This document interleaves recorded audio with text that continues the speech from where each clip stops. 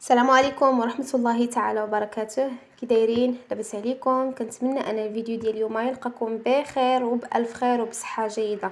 مرحبا بالناس الجداد واكيد مرحبا بالناس القدام حتى هما. مرحبا بكم كاملين عندنا في قناتكم زهراء سهيل. وشكر خاص للناس اللي كيخليو لي تعاليق زوينه، شكرا لكم بزاف صراحه، كتفرحوني بالتعاليق ديالكم، شكرا لكم. كما كتشوفوا اليوم غادي نقدم معكم بريوات حلوين كيجيو صراحه رائعين وكيجيو مقرمشين، وكنتمنى انكم تجربوهم. كما كتشوفوا عندي هنايا خديت الهاشوار، وعندي كيلو الا ربع من الفول السوداني بالنسبه او كاوكاو. بالنسبه لي انا خديت كيلو قل ربع كيلو الا ربع اللي خديت. خلطت ما بين كاوكاو كبير والصغير. كما كتشوفوا عندي هنايا فانا قسمت كاوكاو ديالي على قسمين باش نطحنوا في هاشوار. وعندي هنايا 2 معالق كبار من سكر كلاصي. بالنسبه انا خديت صراحه 4 ديال المعالق في كيلو الا ربع. جاتني بالنسبه للحلاوه جاتني هي هذيك، وكل واحد كيفاش كيبغي الحلاوه، يمكن لكم تكثروا اولا تقلوا، يعني كل واحد غادي يدير على حسب الحلاوه اللي يقدر عليها. انا درت 4 المعالق في كيلو الا ربع، جاتني صراحه هي هذيك. كما كتشوفوا انا كنطحنو كنخليه واحد شويه حرش، يعني بحال شكل مرمل، ما كنطحنوش مزيان حتى كيولي يعني عجينه، كنخليه شويه مهرمش. غادي ندوز نطحن النصف الثاني، وزدت مع هاد النصف الثاني كاس من الجنجلان اللي كنكون حمرته حتى هو واحد شويه من قبل. وعندي كذلك كما قلت لكم 4 ديال المعالق من السكر كلاصي، انا درت 2 في النصف الاول و2 في النصف الثاني، يعني 4. وعندي هنايا واحد شويه ديال الملح لتصحيح الذوق باش نهرسوا شويه ديك الحلاوه. ما قلت لكم كنطحنوه حتى كنخليوه على شكل يعني بحال المرمل، ما كنطحنوهش مزيان، وفي نفس الوقت ما كنخليوهش مهرمش غلط باش ما يقطعش لينا الورقه. كناخذ واحد القصريه كنضيفوا فيها داك كاوكاو ديالنا اللي طحناه والجنجلان.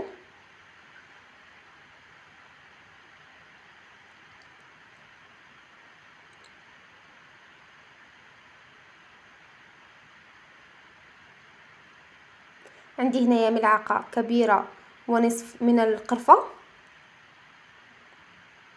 وعندي هنايا 5 ديال المعالق كبار من الزبده. الا بغيتو الزبده دوبوها، ولا كانت عندكم حراره المطبخ ماشي مشكل، واخا تخليوها حيت اصلا كاوكاو كتزيدوا تعلكوه مزيان، فالزبده راها كتذوب بكل سهوله. كما كتشوفوا انا راه دغيا كتذوب، يعني ما لقيتش معاها واحد الصعوبه، واللي خاف من الاحسن انه يذوبها.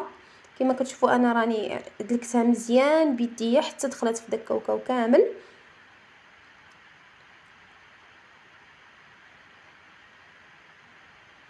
وعندي هنايا مازهر. بالنسبه للمازهر في هذه الحشوه انا قدني كاس الا ربع. انا خديت كاس عمرته معكم، وغادي نبدا نعجن شويه بشويه حتى كنحصلوا على واحد العجينه اللي تكون رطبه، ما تكونش قاصحه بزاف وما تكونش يعني ما تكونش قاصحه ما تكونش رطبه عاوتاني بزاف، يعني شويه. كما كتشوفوا راه كاوكاو كيزيد يطلق الزيت ديالو مع داك الدليك، كيزيد يطلق داك الزيت ديالو. ومن بعد ما اننا ملي كنتهيو منه الدليك مزيان كنديروه في واحد البلاستيك وكنسدو عليه بين ما كنوجدوا الورقه ديالنا اللي غنخليها لكم في صندوق الوصف باش ما ينشفش لينا داك الكاوكاو، لان عارفين خليناه ما غطيناهش كينشف. كما كتشوفوا على هذا الشكل، فهاد الشيء اللي بقى لي من الكاس ديال المازهر. واللي بغى يزيد المسكه الحره يزيدها، فانا ما صراحه ما درتهاش. كنشكل كاوكاو على شكل كريات. بالنسبه للكريات على حسب الحجم اللي نتوما كتفضلوا ديروا البريوه ديالكم. انا صراحه غير درت كريات متوسطين، ولكن من بعد عاودت زدت كبرتهم شويه لان جاوني صغار. كما كتشوفوا الورقه هي هذه، انا قطعتها على شكل قطعتها على هذا الشكل طولي باش كتجيني سهله في الخدمه. انا ناخذ معكم واحد الورقه. كما كتشوفوا الورقه كتجي صراحه زوينه وكتجي سهله، ويعني غير ديال الدار بلا ما تمشي تشريها من برا، صافي كلشي في الدار. ضروري كما قلت لكم ما تغطيوها بواحد البلاستيك باش حتى الورقه ما كتنشفش. كتاخذوا ديك الكميه اللي نتوما غتخدموا بها كتقطعوها على هذا الشكل طولي باش كتجيكم سهله في العبار، وكتخدموا يعني بكل سهوله. ما كتبقاوش ما كتجيكمش وحده كبيره وحده صغيره. صراحه انا قطعت وحده وشديت عليها العبار وبديت كنقطع حتى انتهيت منهم، وشديت هذاك الكاوكاو وشكلته على هذا الشكل. يعني هذه الطريقه ديالي انا. بغيتو ديروه غير داير وتخدموا به ديروا. بالنسبه للناس اللي كيلقاو صعوبه ما كيعرفوش يطويو البريوه، من الاحسن انهم يشوفوا شي قطعه ويقطعوها على شكل مثلث، اولا غير بيديهم يشكلوا هذاك الشكل كما كتشوفوا انا كنطويها، يعني على هاد الجهه وعلى هاد الجهه الثانيه. وكنقاد ضروري كتعاونوا شويه بيديكم، كتعمروا البلايص اللي باقيين عندكم خاويين. صراحه ملي كنديروها على هذا الشكل مثلث كتجيك البريوه ساهله تخدميها. يعني بالنسبه للناس اللي كيلقاو صعوبه باش انهم يخدموا بها وهي على شكل كركوبه، يديروها على الشكل مثلث بحال هكا ويخدموا بها.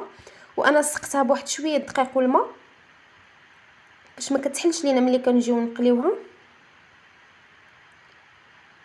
ندوز معكم الثانيه باش تشوفوا الطريقه. كما كتشوفوا كنحط العقده ديالي وكنبدا نطوي يعني بكل سهوله، وحتى العبار كيجيكم هو هذاك، يعني البريوات كيجيو قد قد. كنقطعوا دوك الزوائد اللي كيجيو من الاسفل وكنسدوها بالدقيق والماء على هذا الشكل.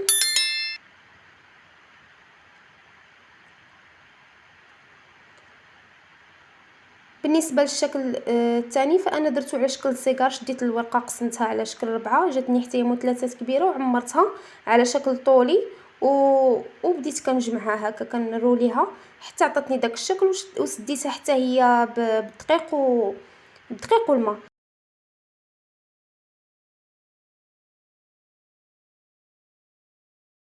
ومن بعد ما اننا كنتهيو من البريوات ديالنا كناخذوا واحد المقله اللي تكون شويه غارقه وكنديروا فيها الزيت حتى كتسخن مزيان، ضروري حتى كتسخن مزيان عاد كنديروا فيها البريوات ديالنا وكنطيبهم على نار مهيله.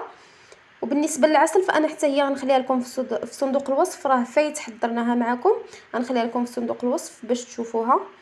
كما كتشوفوا انا قلت لكم بريوات كطيبوهم على نار مهيله باش ما كيتحرقوش معكم وفي نفس الوقت كيطيبوا مزيان وكيتورقوا.